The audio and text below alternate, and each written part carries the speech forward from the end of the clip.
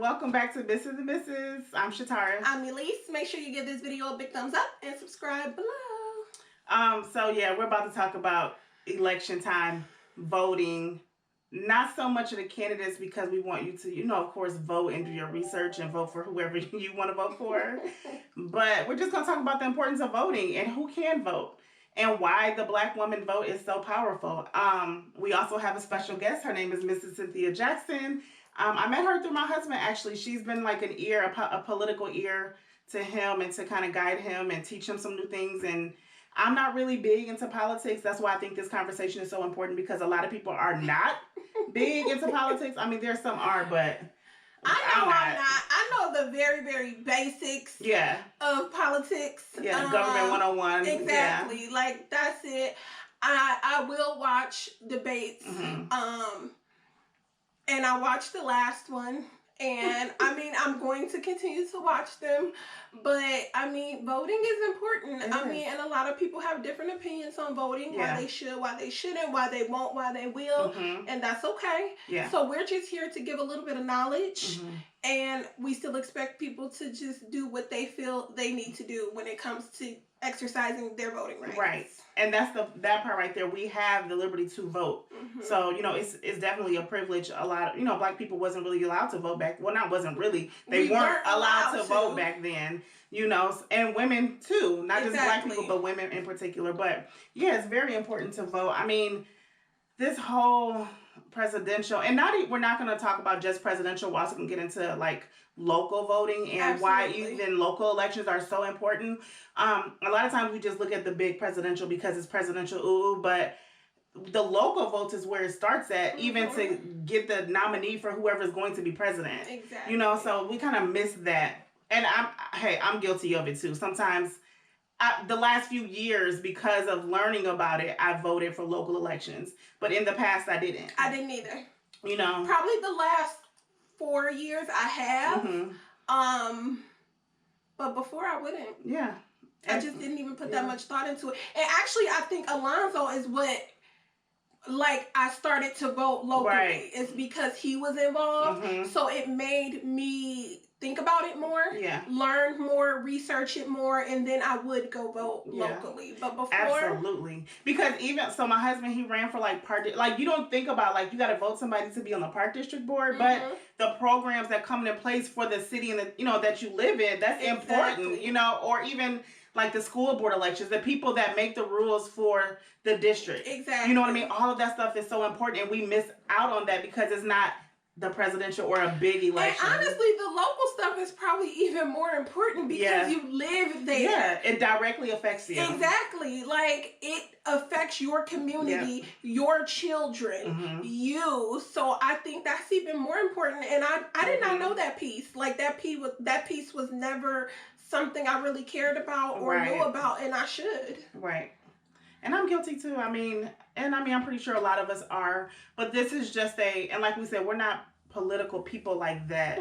But this is something that, especially the times that we're living in, and because of the presidential election, it's really important that we do get out to vote. Do your research. We're not trying to tell you who to vote for. And that's another thing.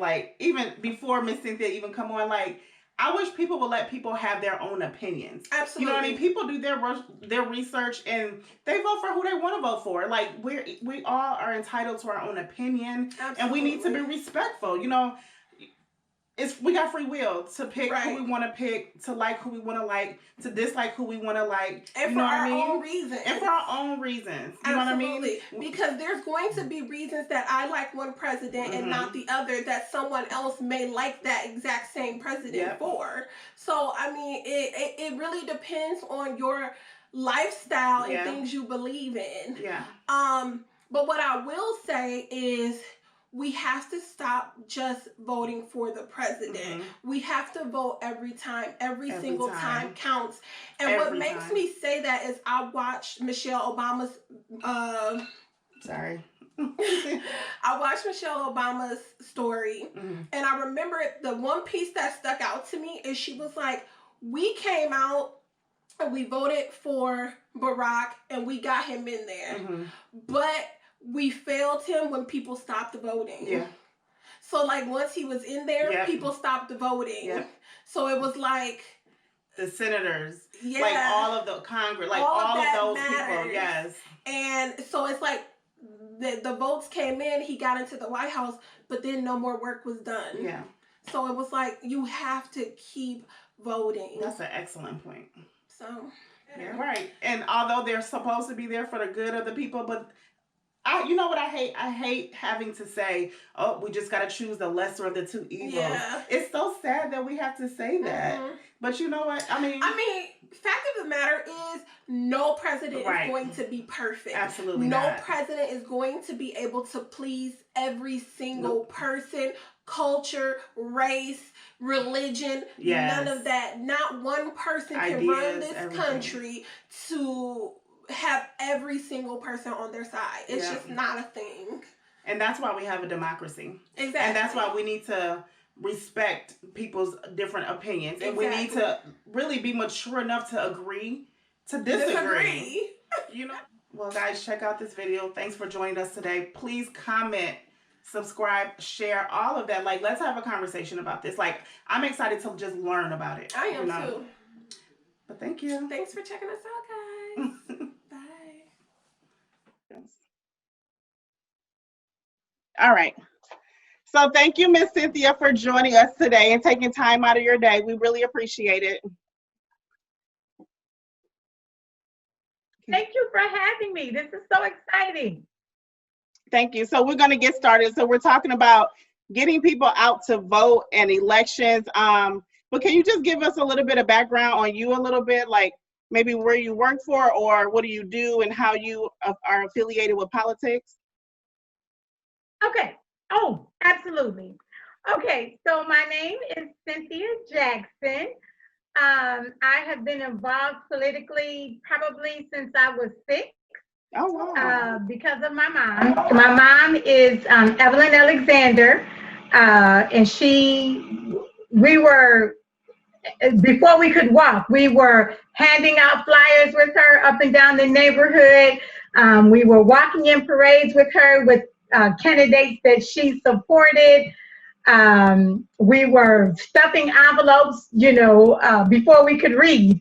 So I have been involved all of my life. I graduated from North Chicago High School, yay, in 1976. All right, woohoo! And I was a class president. So I was a class president at North Chicago High School. So elections and talking to people has just come second nature to me. When we were 18, we all registered to vote, and we have voted every year since. Exciting news last night. My husband was appointed for First Ward Alderman for the city of North. Yay. His name is Michael. Yes. So that's pretty exciting news as well. Oh, fun fact. He was the treasurer of our senior class when I was the president. Wow. So we're so cute. Full circle. Yes, ma'am. So being involved with politics, being involved with elections has been a part of my You're breaking up a little bit. Currently, I am I have been a precinct committeeman probably for the last 24 years. This is the first time that I'm citing, but being a precinct committeeman is probably one of the easiest ways to get involved in the political process, because the precinct is basically just your neighborhood, and you're out talking to your neighbors about your candidate and why they should vote for your candidate. One of the biggest compliments that I've ever received in terms of elections is my neighbor who lives across the street, who we're not really friends. I mean, we speak, but we don't hang out or anything like that. But several years ago, she said, Cynthia, I'm waiting for you to put out your political signs so I know who to vote for. I was like, oh, wow. Wow. The influence you have. Yes, so we're not hanging out, but she's voting for who I vote for. So that was exciting. Right.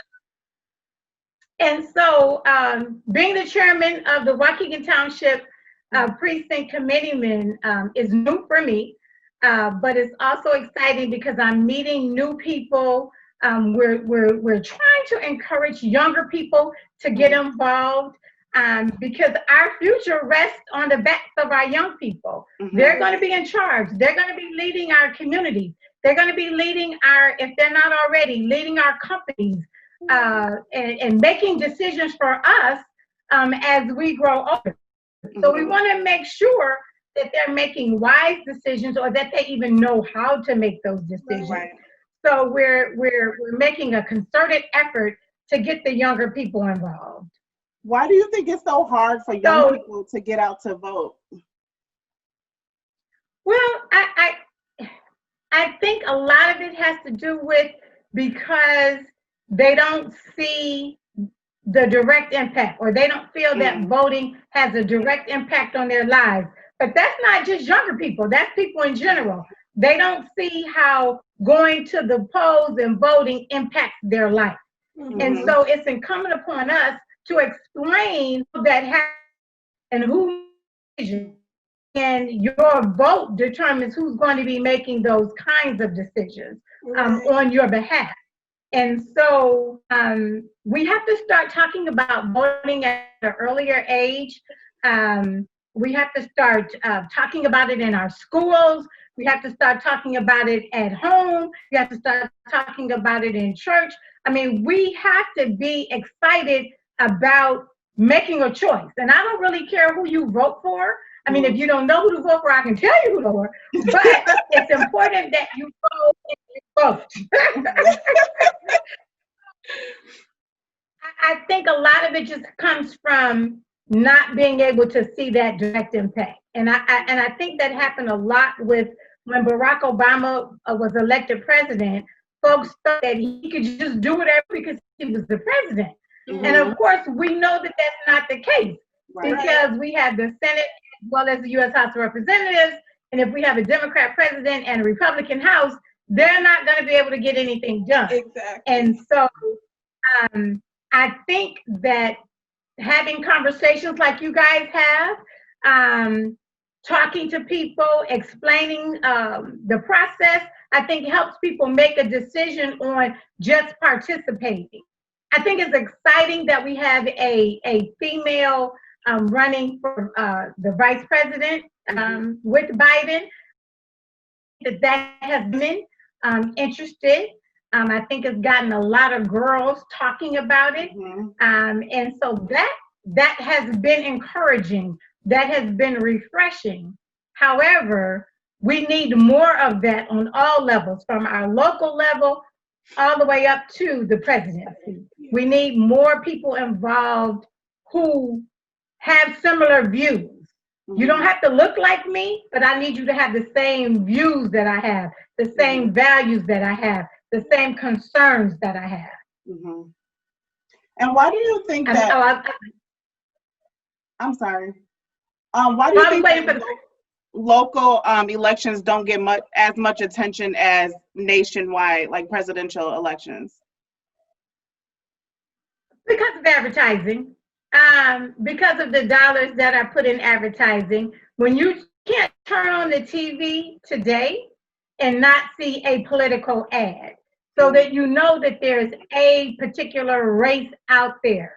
Our local candidates don't have that kind of money. Right. And so what they have to depend on is word of mouth. I mean, you might get a flyer in the mail, but all of those things are expensive. So local candidates have to hit the ground running. They have to talk to people. They have to knock on doors. They have to stop you in the grocery store when you're trying to get out. You know, they have to. But now though, we have Facebook, Instagram, and all of those things that don't cost a lot of money and get the word out to a lot of people in a relatively economic way. And so that has been a good resource for people who run locally. But most of the time, it's just because of the advertisement. Or people are not, I mean, people aren't reading the paper like they used to. And we don't see the physical paper anymore. And so if you don't go online to try to read what's happening, you don't talk to your next door neighbor.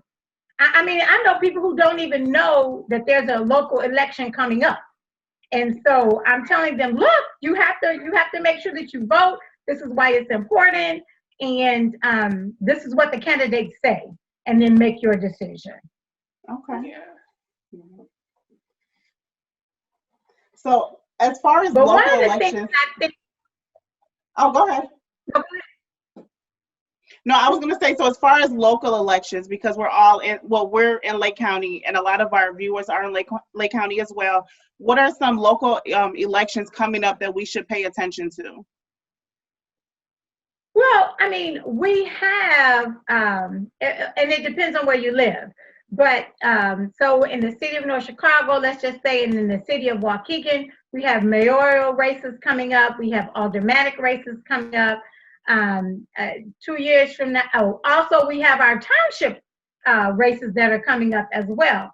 So we'll have our primary, and then we'll have our general election in April. All of those are local elections. We also have all of our county representatives are running. So we have our state's attorney is one race that people don't even discuss. The state's attorney is plays a very important role in our criminal justice system. And not because he or she is the prosecutor for our county, but because prosecutors have what is called prosecutorial discretion, which means that they can decide whether they want to charge folks with misdemeanors, whether they want to charge folks with felonies, or whether they want to charge them at all. And so you want to have like-minded people in those positions. Now in Lake County, I think we're blessed because most of our countywide elected officers are concerned about what's best for the residents, and they don't make decisions necessarily down party lines. On the local election, it's more about who thinks like you, who will represent your interests. Are you interested in creating jobs? Are you interested in helping find housing for homelessness? Are you interested in creating opportunities for small businesses? All of those kinds of things. But those are the kinds, our corner. We have a coroner's race, which is a countywide race. All of those races are important, and you have to read and research who the candidates are, what they stand for, and then make a decision. Because all of those positions may or may not impact you directly at one point in your life or another. And so a lot of times it just boils down to who stands closest to what you stand for. Nobody is going to be perfect. There's going to be people that you may not agree with everything about them, but those things that are of most important to you, that they are similar with, then that's how you make the decision. Okay. So you spoke about how people can be charged with misdemeanors and felons and stuff like that. What small piece of advice would you give to felons who feel like they shouldn't vote or can't vote? Oh, are you kidding me? Anybody? They are the people who should be voting, okay? First of all, in the state of Illinois, and the laws differ from state to state. So we're in Illinois, we're going to talk about the state of Illinois. In Illinois, anyone with a criminal conviction can vote. You can vote. The only time that you can't vote in Illinois is if you are serving a sentence. So if I'm charged with a crime, I'm in Lake County Jail, I'm awaiting my trial, I have not been sentenced, I can still vote. Oh, wow. The only time that, yes, ma'am. Yes, you can still vote. The only time you can't vote in the state of Illinois is when you are incarcerated serving your sentence. Okay. So if you're awaiting trial in Lake County Jail, you have a right to vote. If you are convicted and on probation, you have a right to vote. You've gone to prison, you've been released, you're out on parole, you have a right to vote. And that group of people specifically should be voting because you've been through the criminal justice system. You know what services are available or not available to you. You know how hard it is for you to find a job. You know how hard it is for you to get housing. And depending upon what your conviction is, you may not even be, there are certain things that you might not even be eligible to apply for. So you want to go to the polls and vote for someone who believes in second chances. You want to go to the polls and vote for someone who believes in sentence reductions. You want to go to the polls and vote for someone who believes in drug treatment versus incarceration. And if you don't, then you get whoever we get. And that's what I tell people all the time. Don't complain about who's in office if you didn't vote. Right. 9 times, yes. And so 9 times out of 10, those who are complaining are the ones who didn't go vote. So if you go vote and your person doesn't win, well, then you've done all you could to help them. But if you didn't vote for anything, then you left with whomever you get or whomever we get, because we're going to get them whether they. Yeah. Thank you. But no, anyone with a criminal conviction in Illinois that is walking around, they can vote. Right. So how would you respond to people who say, I'm not voting because we have to vote for the lesser of two evils? Like, how do you respond to people like that who just don't want to vote because, for a lack of better words, they just seem uneducated. But you only have about a minute of this person's time. Well, and sometimes it is the lesser of two evils, and sometimes it is. But my response to them is, so do you want me to make that decision for you? Because if you don't vote, then you're letting me make that decision for you. So you're not going to agree with every candidate on every stand. Right. You're just not. However, if it is the lesser, and the lesser of two evils for you might be different from the lesser of two evils for me. Exactly. So the bottom line is that person is one of those two people is going to get elected. So which one do you want making decisions that are going to impact your life? And if you don't want to vote, then you're willing to let someone else make that decision for you. And I'm going to make it because I'm going to vote. I know that's right. So what do you say to people who feel like their vote doesn't matter, especially looking back at the last election when Hillary won the popular vote, but she lost the election because of the Electoral College? How do you explain that to people and get them to really understand that's all the more reason why we should get out to vote? That's exactly right. That's exactly right. And I think that we've had a lot of discussion about the Electoral College since then, because Trump did lose the popular vote, but that has happened before. Trump wasn't the first person to lose the popular vote that will win by the Electoral College. That happened also back in 2000 with Bush and Al Gore. Al Gore won the popular vote, but Bush won the Electoral College. And so that, you're right, that is more of a reason to vote. Because what happens is this, in 48 of the 50 states, the winner of the popular vote gets all of the Electoral College votes. So take, for example, Illinois has 20 electoral college votes. So whomever wins in Illinois gets those 20 electoral college votes. Now, the electoral college is each state has a certain number of electoral college votes based on their population. Okay. So, which takes us all the way back to why folks need to fill out the census. Because how they determine how many people are in each state is based on how many people respond to the census. Wow. So Okay. if you don't respond, exactly. So though if you don't respond to the census, then you can't be counted, which means that your state has less representation. Okay, so let's back up. The Electoral College is made up of 538 votes.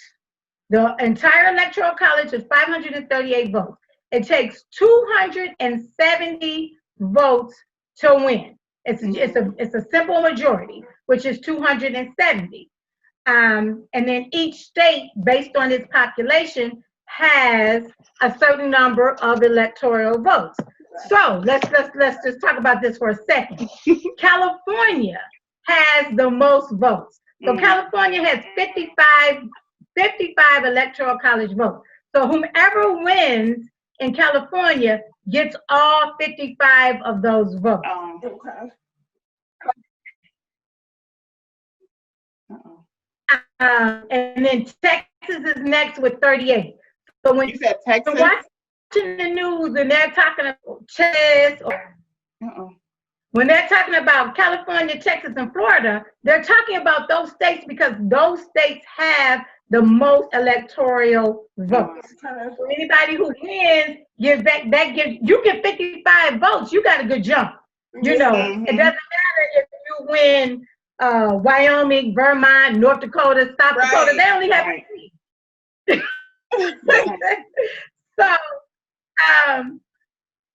So what happens is that you have to vote because the state, the person that wins the popular vote in your state gets all the votes. So what happens is that if you win all the small states, but you lose the big states, you might have the most votes, but you don't have the electoral college votes. Right. And the electoral college was set up. History will tell us it was set up because our framers of the Constitution thought that the common man wouldn't be educated enough to vote, to make a wise decision. So that's why they instituted the Electoral College. That's what history tells us. I believe they set it up to make sure that their friends won in particular elections. Yeah. Right. So everybody everywhere has to vote so that their candidate will get the most votes in that particular state, and then that's how you get the electoral votes. Okay. So it is a convoluted system, but the bottom line is if we don't vote and our candidate doesn't win in our particular state, then our candidate will get those votes. Right. So we'll use, for example, Illinois. Illinois has 20. If Biden wins in Illinois, he gets all 20. If Trump wins in Illinois, he gets all 20. Right. And then and the first person to get to 270 is the one who wins. Woo.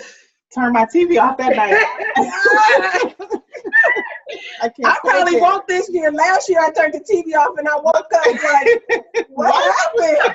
What happened when I went to bed? It's off, because when you wake up, it's going to be completely different. Yeah. And that's why we have to, for me, I am reaching out to all of my family, all of my friends that don't live in Illinois, and encouraging them to make sure that they go out to vote. My sisters live in, my sisters and my brother live in California. I call them up. Look, I need you guys to make sure you go vote, and this is who I want you to vote. You know, but no matter where they are, they need to go vote. What's encouraging is that we see people going to the polls being prepared to wait in line, being prepared to cast their vote no matter what. I've been telling people, go vote now before it snows.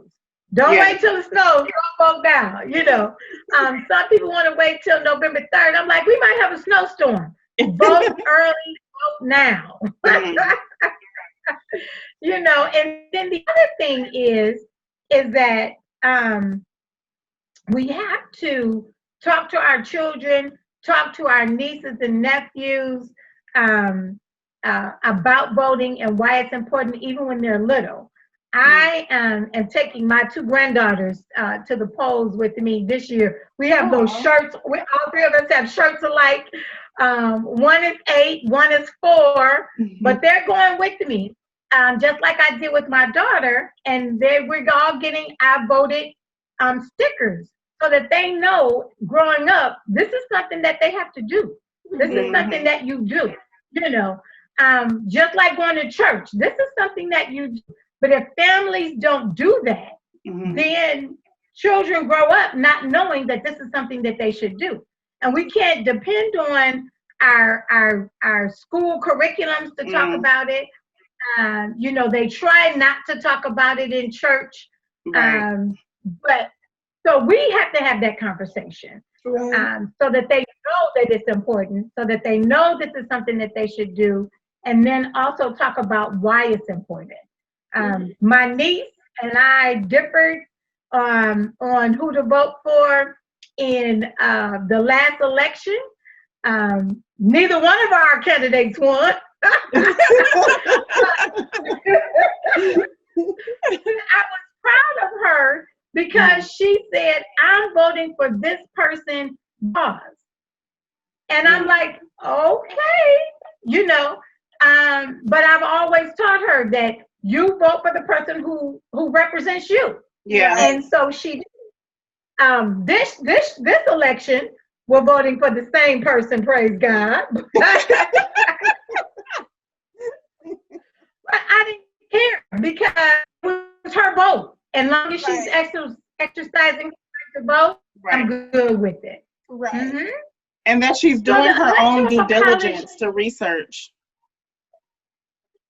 Yes, exactly. And she's right. The person that she voted for did align with that person's views more than the other 2 candidates. Right. And so she made that, and what she said is that if I don't vote for this person, then they're not going to stand a likelihood of winning. Because I was like, oh, he can't get elected. And she was like, no, he can if I don't vote for him. Right. So, Well, good for her. Right. Yes. But she's seen the light. So why do you think the Black woman's vote is so powerful? Like, I hear that a lot. Like a candidate can't win without the Black woman's vote. Because we vote. That's why. Because we vote, and in all honesty, we are even though the men in our lives think that they're decision-making voters, we can encourage them to vote our way. But really, women make the decisions, a lot of family decisions, health, and all of those kinds of things. And African American women, more than any other group of women, vote. And we go and we vote. And so as a group, just by sheer numbers, we are powerful in that we do go vote. Now, we don't all agree on who to vote for, but if you take that block out, then, the numbers dwindle. Yeah. Wow. So and it's more conversation now because of the vice presidential candidate, because she is a woman of color. She is a member of Alpha Kappa Alpha sorority, which of course I am as well. I had to throw that in.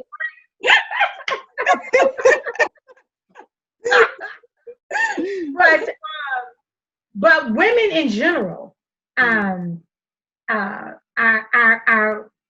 think we need to realize how powerful we are as a group and how powerful we are when we come together and work together. And we're not going to always agree on everything, but we can all agree that we are going to work together for what's best for our communities.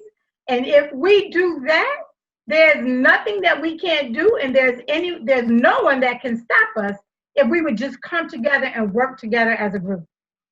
I truly believe that. Yeah. We work better together. We do. Absolutely. But what we have to do is we have to agree to put our personal agendas secondary and to put the what's going to be best for our community first. So if we can put what's best for our community first, as well as our own personal agendas, then it's absolutely fantastic.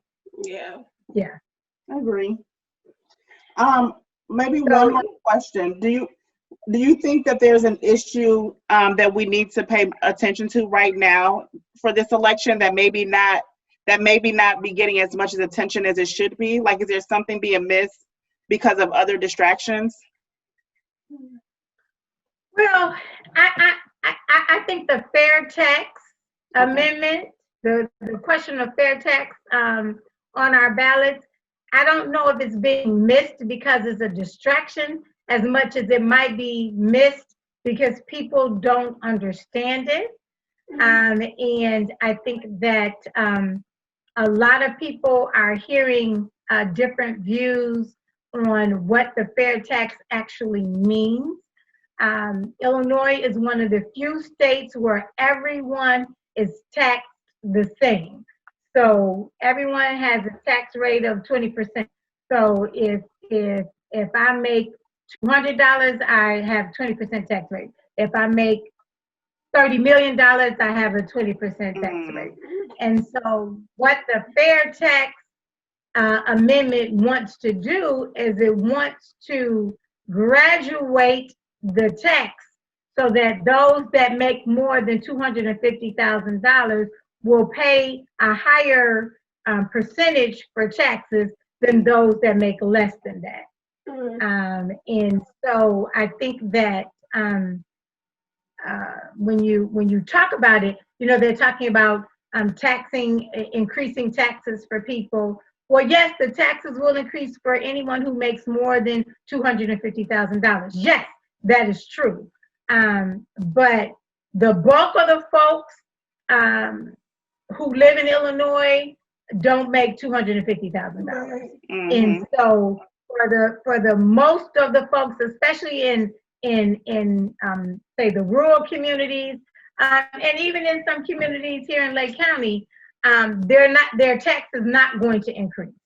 But yes, if you make more than 250, your taxes will increase. And if you make 2 million, your taxes are going to increase even more. But the thought behind it is that those who make more should pay more in taxes than those who don't. And so I think that at least I don't think the conversation is being discussed as much as it should in some communities, only because I just don't think they understand it. So they're either just going to go vote yes for everything, or they're going to go vote no for everything. Another question on the ballot that people aren't discussing is the judge's retention. And most of the time, the people don't answer that question at all. If you don't answer the question, then the judge will be retained. If you answer the question no, and they don't get the right percentage, then they then have to run in an election. But if you don't vote on the retention, then you're saying, yes, I want this person to remain a judge. And you may, or you may not. But if you want them to retain as judge, then you should vote yes. And if you don't want them retained as judge, then you should vote no. But you certainly shouldn't leave anything blank Right. And you can go on the county website and look at your ballot before you go to the polls, so that you know what the questions are. And so that if you don't have an answer to that question, you can ask somebody to explain it to you, and then you can make an informed decision. And that's what I think is important. I think it's important for everyone to look at their ballot if they had before they go to the polls, so that if they have any questions, they can get those questions answered. Another question that's on there, people probably don't even know that's on there, is a consolidation of the clerk's office, and I think they're talking about consolidating county services. The two people that hold that office are agreeing and supporting the consolidation of those two offices. So if you agree that they should be consolidated, great. If you think they should stay separate, that's wonderful too. But I think that there's some questions that are going to impact our lives that people just aren't discussing, because they don't either know that they're on the ballot or don't understand what the issue is. Or you got folks who say, I'm just going to go vote yes for everything. You have somebody else that says, I'm just going to go vote no for everything. I'm going to need you to go with an informed decision. Yeah. And then make a decision. Yeah. Right. So, exactly. And the county website, the county clerk's website is chock full of information. I mean, you can find out if you're registered, you can find out where you vote, you can look at a sample ballot. The clerk's office, the elections department is absolutely fantastic. You can call them and ask them a question. They will answer your question. Now, if you have a question about voting, I need you to call me, not them.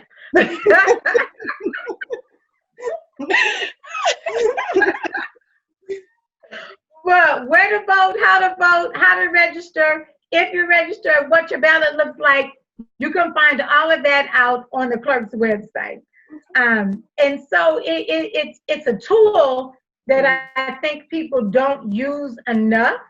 I think they rely on word of mouth. And what I want to encourage people is that don't listen to what I say. Don't take my word for it. Now, it's true and it's right, but don't take my word for it. Trust and then verify. So look it up for yourself. Right. And then come back and say, yeah, you were right.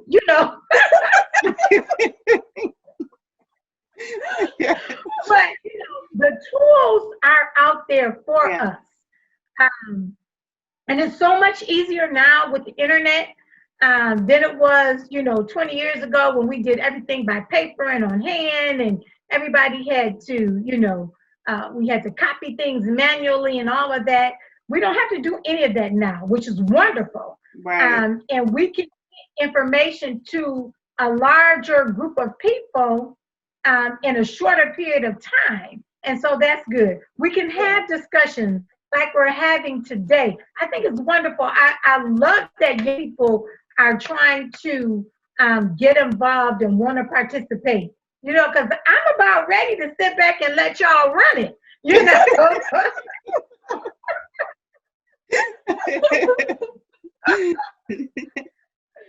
So,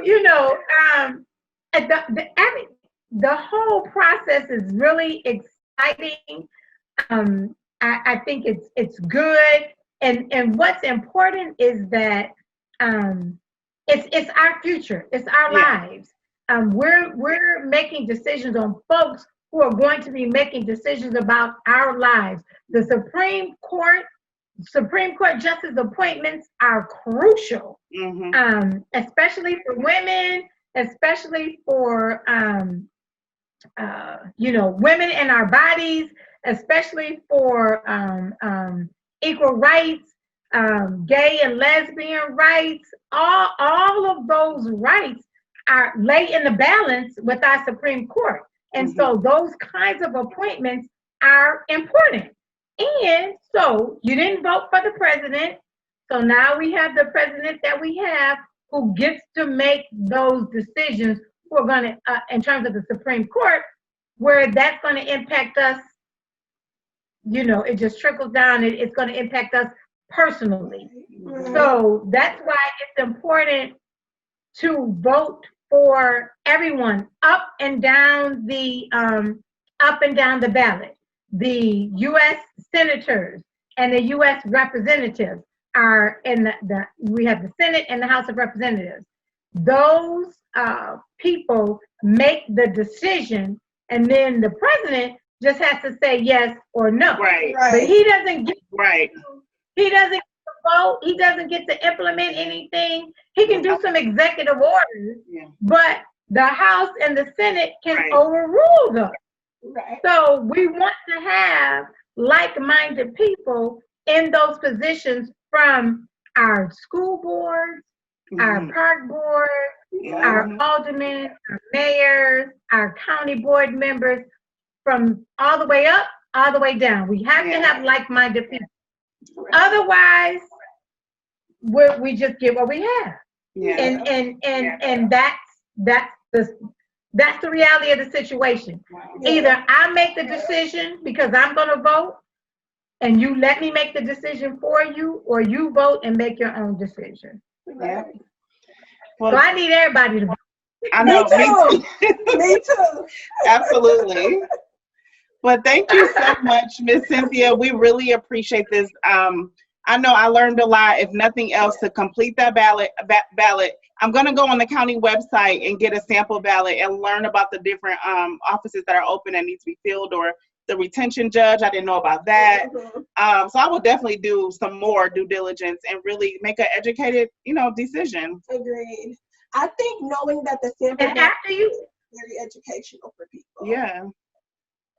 Yes, it is. It is. And after you do all of that, if you have any questions, just give me a call. And if I don't know the answer, I know how to find the answer. And what's important is that you make the decision that you think is best for you. It might not be the decision that I make, but I want you to make what's best for you. I'm going to make what's best for me. Yeah. And then hopefully we have, candidates that are going to do the right thing. Yeah. And what's best for the people. Some people, we won't ever agree with. Right. We just hope that those folks don't get elected. Right. That's why we vote. That's it. Well, thank you. But it has been wonderful talking with you guys. This has been so much fun for me. I've never been on a podcast before, so I really feel like I'm, cool. You are. Yes, thank you so much for the opportunity. Thank you. Thank you for your time and explaining and breaking it down for us. We appreciate it. Okay, thank you so much. Have a good evening. You too. Bye-bye. Bye. Bye-bye.